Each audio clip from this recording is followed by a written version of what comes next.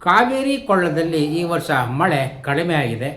ಅದರ ಪರಿಣಾಮವಾಗಿ ಕಾವೇರಿ ಜಲ ವಿವಾದ ಮತ್ತೆ ದೊಡ್ಡ ಪ್ರಮಾಣದಲ್ಲಿ ಎದ್ದು ನಿಲ್ತಾ ಇದೆ. ಕಾವೇರಿ ಜಲ ವಿವಾದ ಅನ್ನುವಂಥದ್ದು 1892ರಿಂದಲೂ ಇರುವಂಥದ್ದು. ಆಗ ಆಂಗ್ಲರ ಆಳ್ವಿಕೆಯ ಅಡಿಯಲ್ಲಿ ಇದ್ದಂತಹ ಮೈಸೂರು ಸಂಸ್ಥಾನ ಮತ್ತು ಆಂಗ್ಲರ ರೆಸಿಡೆನ್ಸಿ ಇದ್ದಂತಹ ಮದ್ರಾಸ್ ಪ್ರಾಂತ್ಯದ ರಾಜ್ಯಗಳ ನಡುವೆ ಈ ಕಾವೇರಿ ಜಲ ವಿವಾದಕ್ಕೆ ಸಂಬಂಧಿಸಿದಂತೆ ಮೊಟ್ಟ ಮೊದಲ ಬಾರಿಗೆ ಆಂಗ್ಲರು ಎರಡೂ ಪ್ರಾಂತ್ಯಗಳು ಮಾತುಕತೆಯ ಮೂಲಕ ಪರಿಹಾರವನ್ನು ಕಂಡುಕೊಳ್ಳುವಂತೆ ಸೂಚನೆಯನ್ನು ಕೊಟ್ಟಿರ್ತಾರೆ. 1910ರಲ್ಲಿ KRS ಕಟ್ಟುವುದಕ್ಕೆ ಮೈಸೂರು ಸಂಸ್ಥಾನ, ಮೆಟ್ಟೂರು ಅಣೆಕಟ್ಟೆಯನ್ನು ಕಟ್ಟುವುದಕ್ಕೆ ತಮಿಳುನಾಡು ಮುಂದಾಗ್ತವೆ. ಆ ಸಂದರ್ಭದಲ್ಲಿ ಹೆನ್ರಿ ಡಿ ಗಿಫಿನ್ ಅನ್ನುವವರ ನೇತೃತ್ವದಲ್ಲಿ ಸಮಿತಿಯೊಂದು ರಚನೆ ಆಗ್ತದೆ. ಅದು 1916ರಲ್ಲಿ ವರದಿಯನ್ನು ಕೊಡ್ತದೆ. ಆ ವರದಿಯಲ್ಲಿ ಇದ್ದಂತಹ ಅಂಶಗಳು ನಿಜಕ್ಕೂ ಮೈಸೂರು ಸಂಸ್ಥಾನಕ್ಕೆ ಅನುಕೂಲಕರ ಆಗುವಂಥದ್ದೇ ಇತ್ತು. 1924ರ ಫೆಬ್ರವರಿ 28ರಂದು ಆದ ಒಪ್ಪಂದದ ಅನುಸಾರ ಕರ್ನಾಟಕಕ್ಕೆ 43.26 TMC, ಮದ್ರಾಸು ರಾಜ್ಯಕ್ಕೆ 93.5 TMC ನೀರಿನ ಹಂಚಿಕೆಯಾಗ್ತದೆ. ಅಂದರೆ 75% ನೀರು ಮದ್ರಾಸಿಗೆ, 23% ನೀರು ಮೈಸೂರು ಸಂಸ್ಥಾನಕ್ಕೆ ಸಿಗುವಂತೆ ಆಗ್ತದೆ. ಅದು ಅನ್ಯಾಯಕರವಾದ ಒಪ್ಪಂದವೇ ಆಗಿರ್ತದೆ. 1924ರ ಆ ಒಪ್ಪಂದ 1974ಕ್ಕೆ ಅಂತ್ಯ ಆಗ್ತದೆ. ತದನಂತರದಲ್ಲಿ ಕಾವೇರಿ ಜಲ ವಿವಾದ ಮತ್ತೆ ಭುಗಿಲೇಳ್ತಾನೆ ಹೋಗ್ತದೆ. ಸರ್ವೋಚ್ಚ ನ್ಯಾಯಾಲಯದ ಮೆಟ್ಟಿಲನ್ನು ಕೂಡ ಏರ್ತದೆ.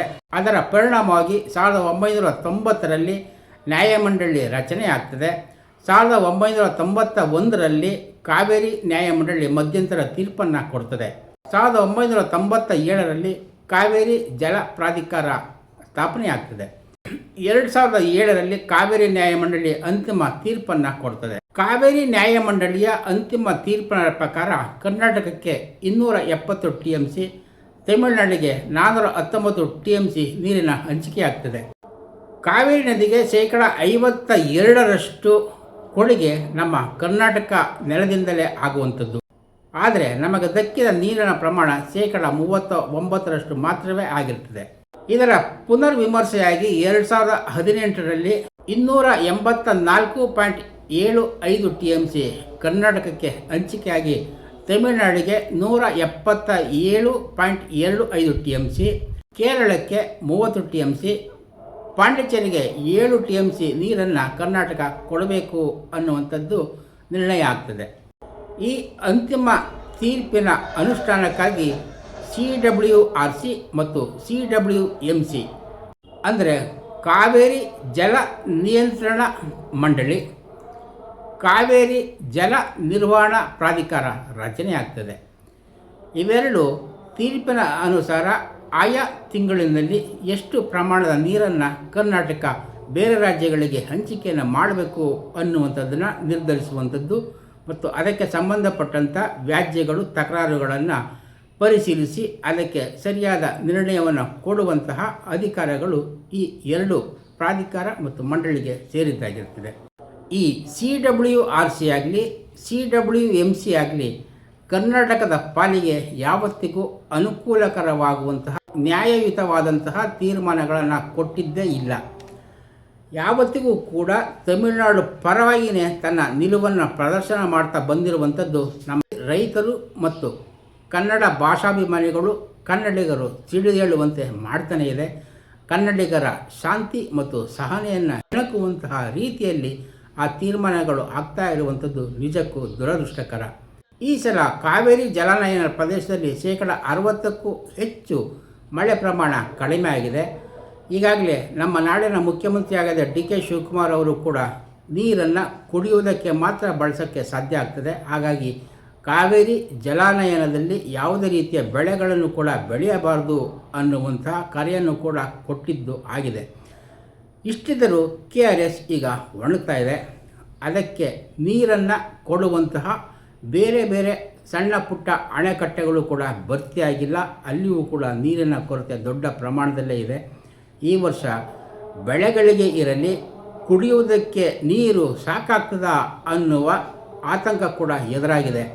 ಇಂತಹ ಸಂದರ್ಭದಲ್ಲೇ CWRC ಮತ್ತು CWMC ಇವು ತಮಿಳುನಾಡಿಗೆ 3500 ಕ್ಯೂಸೆಕ್ಸ್ ನೀರನ್ನು 15 ದಿನಗಳ ಕಾಲ ಹರಿಸಬೇಕು ಅನ್ನುವಂತಹ ತೀರ್ಪನ್ನು ಕೊಟ್ಬಿಟ್ಟಿವೆ. ಇದು ಕಾನೂನಿನ ಆದೇಶ ಆಗಿರುವುದರಿಂದ ರಾಜ್ಯ ಸರ್ಕಾರ ಅದನ್ನು ಪಾಲಿಸಲೇಬೇಕಾಗ್ತದೆ. ಪಾಲಿಸುತ್ತಾ ಹೋದರೆ ಅದು ನಮ್ಮ ರಾಜ್ಯದ ಜನತೆಯ ರೈತರ ಪಾಲಿಗೆ ಮರಣ ಶಾಸನ ಆಗಿಬಿಡ್ತದೆ. ಇದರ ಪರಿಣಾಮವಾಗಿಯೇ ಕಾವೇರಿ ಜಲಾನಯನ ಪ್ರದೇಶದ ಜನಮಾನಸ ಈಗಾಗಲೇ ದೊಡ್ಡ ಪ್ರಮಾಣದಲ್ಲಿ ಪ್ರತಿಭಟನೆಯನ್ನು ನಡೆಸ್ತಾ ಇದೆ. ರಾಜ್ಯ ಸರ್ಕಾರವೇನಾದರೂ ಕಾನೂನುಬದ್ಧವಾದ ಆದೇಶಕ್ಕೆ ಮನ್ನಣೆ ನೀಡಲೇಬೇಕು, ನೀರನ್ನು ಹರಿಸಲೇಬೇಕು ಅಂತ ನೀರನ್ನು ತಮಿಳುನಾಡಿಗೆ ಹರಿಸಿದ್ದೇ ಆದರೆ ಅದರ ವ್ಯತಿರಿಕ್ತ ಪರಿಣಾಮ ರಾಜ್ಯದ ಮೇಲೆ ಹಾಗೇ ಆಗ್ತದೆ.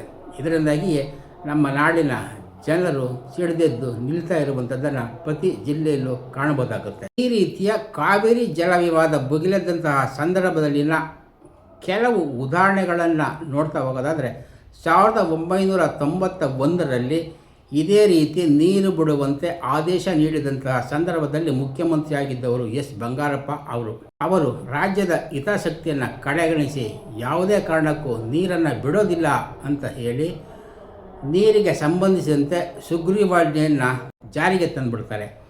ಆ ಸುಗ್ರೀವಾಜ್ಞೆ ಆನಂತರದಲ್ಲಿ ಅದು ಸಂವಿಧಾನ ವಿರೋಧಿ ಅಂತ ಅನ್ನಿಸಿಕೊಂಡರೂ ಕೂಡ ಆ ಸಂದರ್ಭದಲ್ಲಿ ಬಂಗಾರಪ್ಪ ಅವರು ತೆಗೆದುಕೊಂಡಂತಹ ನಿಲುವು ದಿಟ್ಟ ನಿಲುವೇ ಆಗಿತ್ತು.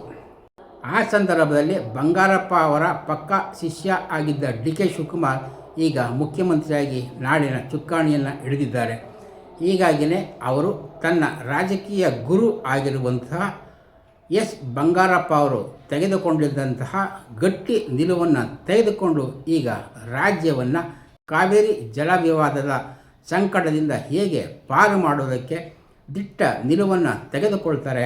ಅವರಿಗೆ ಈ ಸಂದರ್ಭದಲ್ಲಿ ತನ್ನ ರಾಜಕೀಯ ಗುರು ಎಸ್ ಬಂಗಾರಪ್ಪ ಅವರೇ ದಾರಿದೀಪ ಆಗ್ತಾರಾ ಅನ್ನುವುದನ್ನು ಕಾಯ್ದು ನೋಡಬೇಕಾಗಿರೋದು ಒಂದೆಡೆ. ಆದರೆ ಮತ್ತೊಂದೆಡೆ ಮಂಡ್ಯ ಲೋಕಸಭಾ ಕ್ಷೇತ್ರವನ್ನು ಪ್ರತಿನಿಧಿಸಿದ್ದ ನಟ ಅಂಬರೀಷ್ ಅವರು 2007ರಲ್ಲಿ ಇದೇ ರೀತಿ ನೀರನ್ನು ತಮಿಳುನಾಡಿಗೆ ಬಿಡುಗಡೆ ಮಾಡಬೇಕು ಅನ್ನುವ ಆದೇಶವನ್ನು ವಿರೋಧಿಸಿ ಕೇಂದ್ರದಲ್ಲಿ ತನಗೆ ಸಿಕ್ಕಿದ್ದ ಮಂತ್ರಿ ಸ್ಥಾನವನ್ನು ಕೂಡ ಅನುಭವಿಸದೇ ರಾಜೀನಾಮೆಯನ್ನು ಕೊಟ್ಟಿದ್ದರು ಆ ಮಂತ್ರಿ ಸ್ಥಾನಕ್ಕೆ.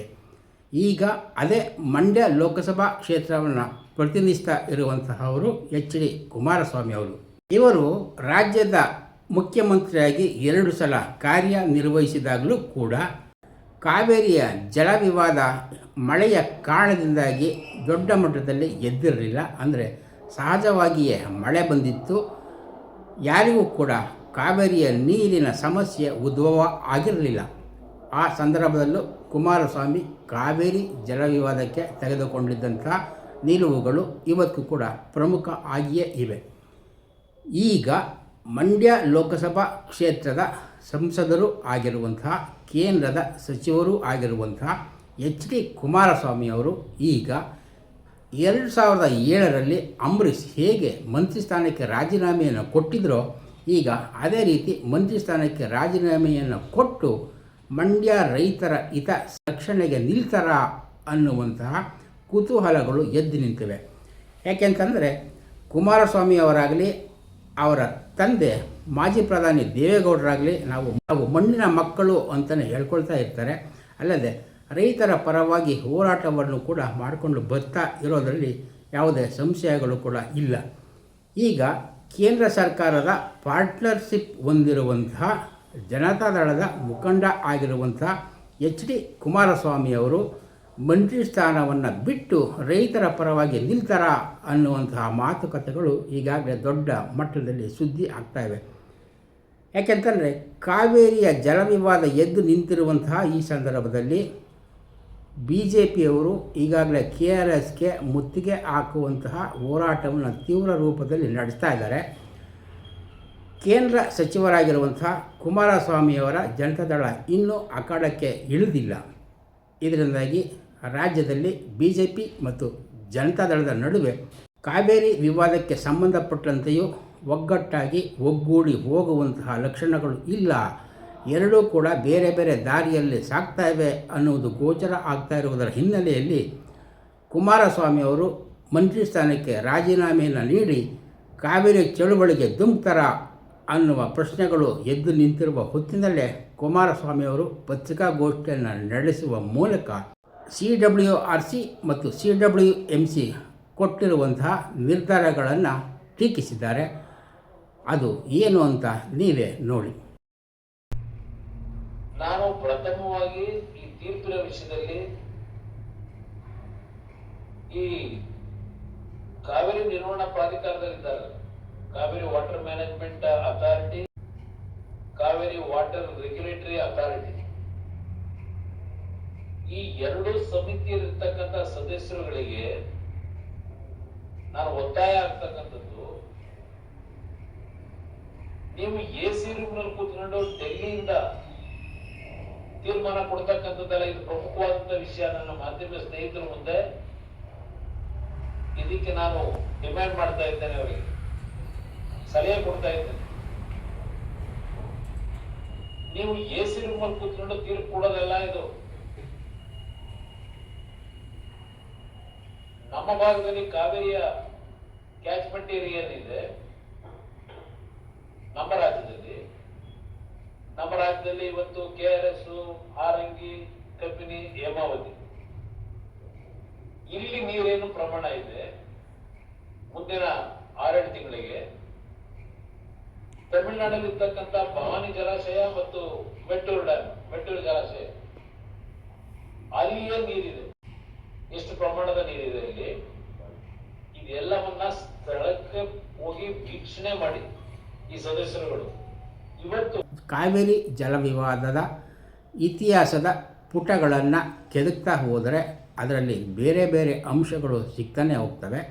ಆದರೆ ಪ್ರಸ್ತುತದಲ್ಲಿ ಬಂದು ನಿಂತಿರುವಂತಹ ಕಾವೇರಿ ಜಲವಿವಾದದ ಸಂಘರ್ಷವನ್ನು ಯಾರು ಹೇಗೆ ನಿರ್ವಹಣೆಯನ್ನು ಮಾಡುವುದಕ್ಕೆ ಸಫಲ ಆಗ್ತಾರೆ ಅನ್ನುವಂತಹ ಮುಖ್ಯ ತಿರುವಿನಲ್ಲಿ ನಾವು ಇದ್ದೇವೆ. ಯಾಕೆಂದರೆ ದಿಟ್ಟ ನಿಲುವನ್ನು ತೆಗೆದುಕೊಂಡಿದ್ದಂಥ ಬಂಗಾರಪ್ಪ ಅವರ ಶಿಷ್ಯ DK ಶಿವಕುಮಾರ್ ಮುಖ್ಯಮಂತ್ರಿ ಆಗಿರುವಂಥದ್ದು, ಮಂಡ್ಯ ಲೋಕಸಭಾ ಕ್ಷೇತ್ರದ ಸದಸ್ಯ ಆಗಿದ್ದಂತಹ ಅಂಬರೀಷ್ ಅವರು ಮಂತ್ರಿ ಸ್ಥಾನಕ್ಕೆ ರಾಜೀನಾಮೆಯನ್ನು ಕೊಟ್ಟಿದ್ದಂತಹ ಸ್ಥಾನದಲ್ಲೇ ಈಗ ಕೇಂದ್ರ ಸಚಿವರಾಗಿ ಇರುವಂತಹ ಕುಮಾರಸ್ವಾಮಿಯವರು ಅಂಬರೀಷ್ ಅವರಂತಹ ನಿಲುವನ್ನೇ ಇಲ್ಲಿ ತೆಗೆದುಕೊಳ್ತಾರಾ ಅಂತ ಕಾಯ್ದು ನೋಡುವಂಥ ಕುತೂಹಲಕಾರಿ ಘಟ್ಟದಲ್ಲಿ ರಾಜ್ಯ ನಿಂತಿದೆ. ಇದೇ ಹೊತ್ತಿನಲ್ಲಿ ಮುಖ್ಯಮಂತ್ರಿ DK ಶಿವಕುಮಾರ್ ಮತ್ತು ತಮಿಳುನಾಡಿನ ಮುಖ್ಯಮಂತ್ರಿ ವಿಜಯ್ ಮಾತುಕತೆ ನಡೆಸೋದಕ್ಕೆ ದಿನಾಂಕ ಕೂಡ ನಿಗದಿಯಾಗಿದೆ. ಹೀಗೆ ಎರಡೂ ರಾಜ್ಯಗಳ ಮುಖ್ಯಮಂತ್ರಿಗಳ ನಡುವೆ ಮಾತುಕತೆಗಳು ಕಾವೇರಿಗೆ ಸಂಬಂಧಪಟ್ಟಂತೆ ಕರುಣಾನಿಧಿ ಕಾಲದಲ್ಲೂ ಆಗಿತ್ತು, ಜಯಲಲಿತಾ ಕಾಲದಲ್ಲೂ ಆಗಿತ್ತು, ಈಗ ವಿಜಯ್ ಕಾಲದಲ್ಲಿ ಆಗ್ತಾ ಇದೆ.